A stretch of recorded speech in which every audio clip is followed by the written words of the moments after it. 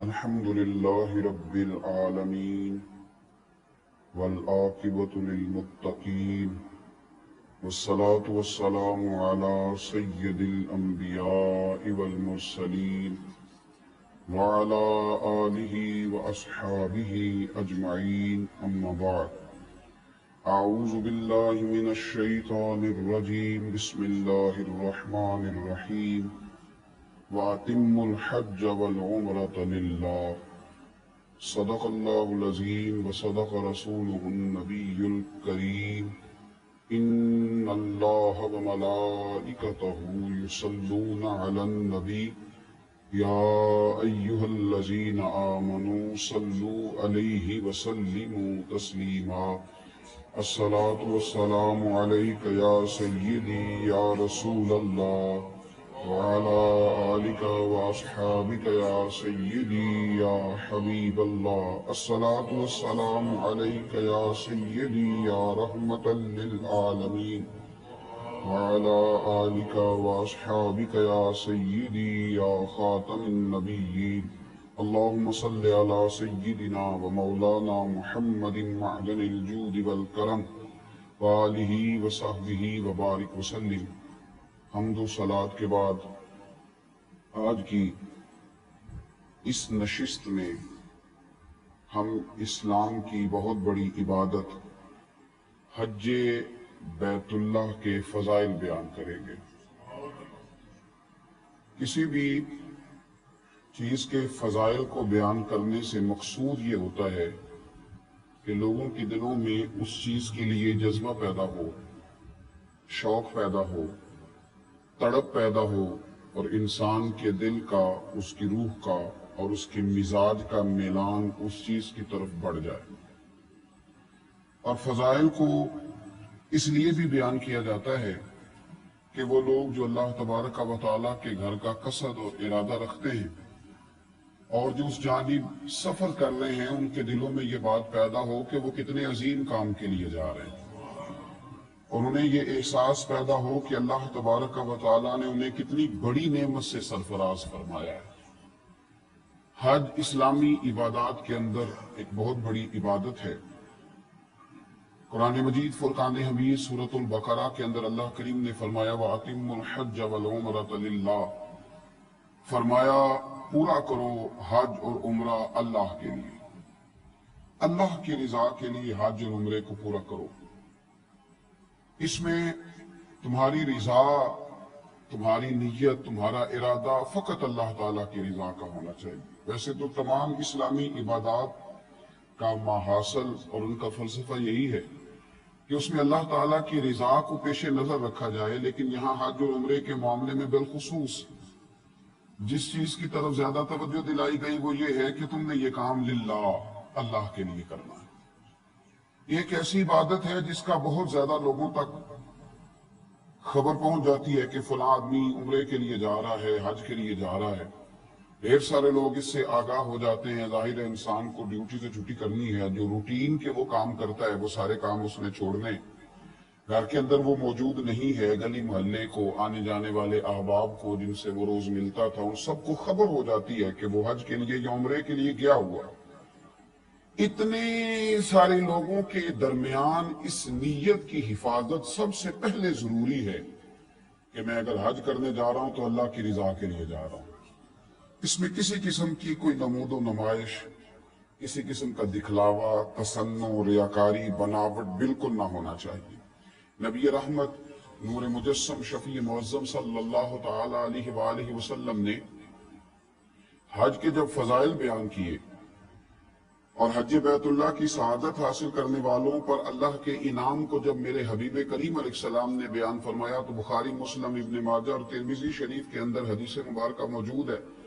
حضرت ابو ہریرہ رضی اللہ تعالیٰ عنہ ارشاد فرماتے ہیں کہ نبی کریم صلی اللہ تعالیٰ علیہ وسلم کو میں نے خود ارشاد فرماتے ہوئے سنا کہ حضور فرمانے لگے جس نے حج کیا اور حج کے اندر کوئی فحش کام نہیں کیا، کوئی برا کام نہیں کیا، تو وہ جب واپس لوٹے گا تو گناہوں سے اسی طرح پاک ہو جائے گا جس طرح آج اپنی ماں کے پیٹ سے پیدا ہوا ہے.